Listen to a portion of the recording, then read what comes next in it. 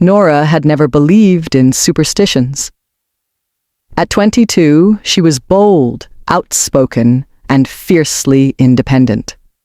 Growing up in the bustling town of Oahu, where stories of forest spirits and cursed grounds were whispered like lullabies, she had always rolled her eyes. "Just tales to scare kids," she would say.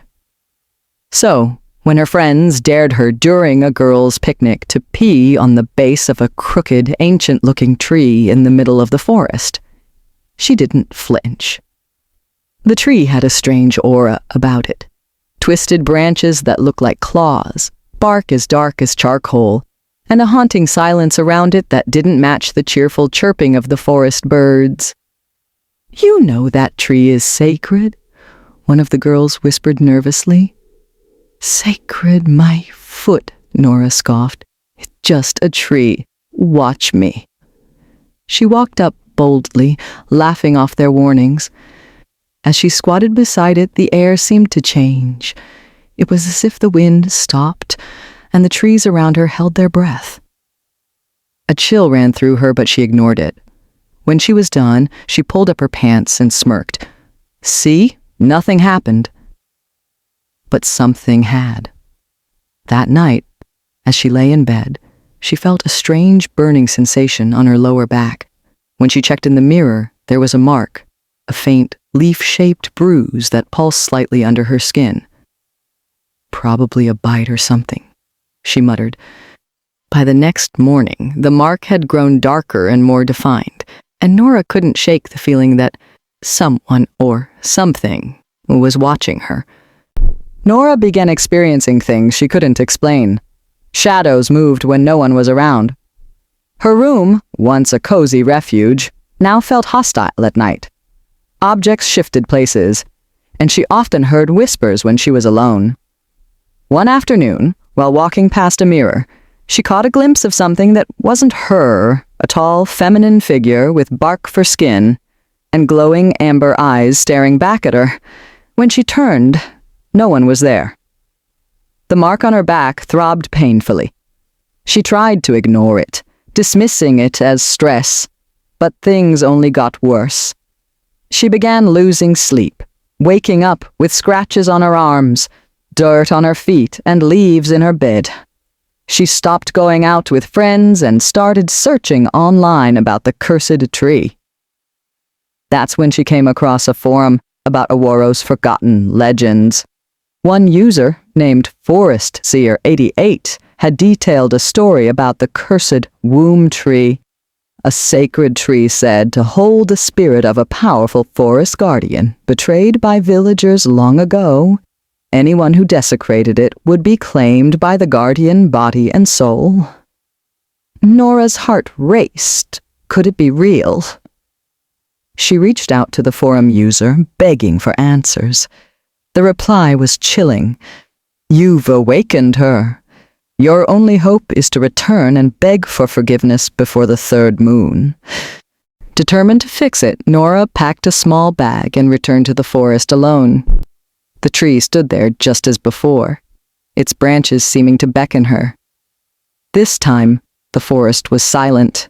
No birds, no breeze, just that deafening, heavy stillness. She knelt before the tree, her voice trembling. "I'm sorry I didn't know. Please, forgive me." But silence was her only reply. As she reached out to touch the bark, the ground beneath her trembled slightly. A root snaked out, wrapping gently around her wrist, pulling her hand to the tree.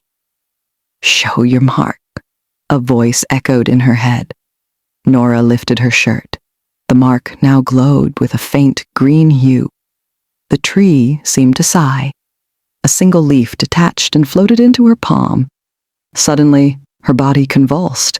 Visions flooded her mind. Flashes of a woman draped in vines, weeping as her sacred grove was burned, her spirit trapped inside the tree. The punishment wasn't just about disrespect. It was about history, pain, betrayal, and now the spirit had chosen Nora. If you're still with this story, take a second to like, subscribe, and turn on the notification bell. More gripping stories are on the way. The next few days were a blur. Nora couldn't return to her regular life. The forest seemed to call her constantly. She heard whispers in her dreams, visions of the guardian asking her to protect what remained of the sacred places. She started feeling different. Her senses sharpened. She could hear the trees breathe, feel the pain of plants when they were harmed. Her skin, once smooth, now had subtle textures like bark along her arms. She was changing. Her friends noticed. "You look different," one of them said cautiously. "I feel different," Nora replied quietly. She no longer scoffed at superstitions. She was living proof that some stories were never just stories. Desperate for answers, she returned to the forum. Forest Seer 88 responded again. "You're becoming the vessel. She chose you because you were bold. But you must decide if you will accept the burden or resist it. If you resist, the transformation will consume you. If you accept, you become the guardian." Nora felt the weight of the choice. Was she ready to give up her old life to become something else? Her transformation accelerated. Her eyes turned amber. Her hair developed streaks of green. Animals approached her without fear. But with each change, her human emotions began to fade. She walked through Aworo with a strange calm, yet people whispered behind her back. Some called her a witch. Others avoided her completely. Her parents were frightened. "Nora, what is happening to you?" "I can't explain it, Mama, but it's not something I can run from." One night, a group of young men tried to cut down part of the forest for firewood. Nora felt it, deep in her bones. She rushed there and found them with axes. "Leave now," she said, her voice laced with power. They laughed until the trees themselves shifted. One branch swung, knocking a tool from a boy's hand. They screamed and ran. Nora stood in the moonlight, her silhouette now almost ethereal. She had crossed the line. News of the forest witch spread across the town. Some feared her, some wanted to hurt her, but others, especially the elders, understood. They approached her with offerings. "The guardian has returned," they whispered. The spirit inside her no longer whispered. It spoke clearly. It taught her the old language, the forgotten rituals.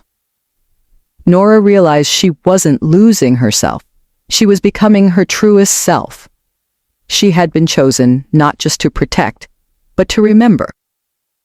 One evening, a young girl from the town came crying. Her father was dying of a rare disease. Nora walked with her to their hut. She placed her hand on the man's chest and whispered an old incantation. The man stirred, coughed, opened his eyes. Word spread. People came with their wounds, their fears, their questions. Nora no longer feared her destiny. Now here's the real question. If you were given the chance to gain power but had to give up your entire past life, would you take it? Drop your answer below, sir.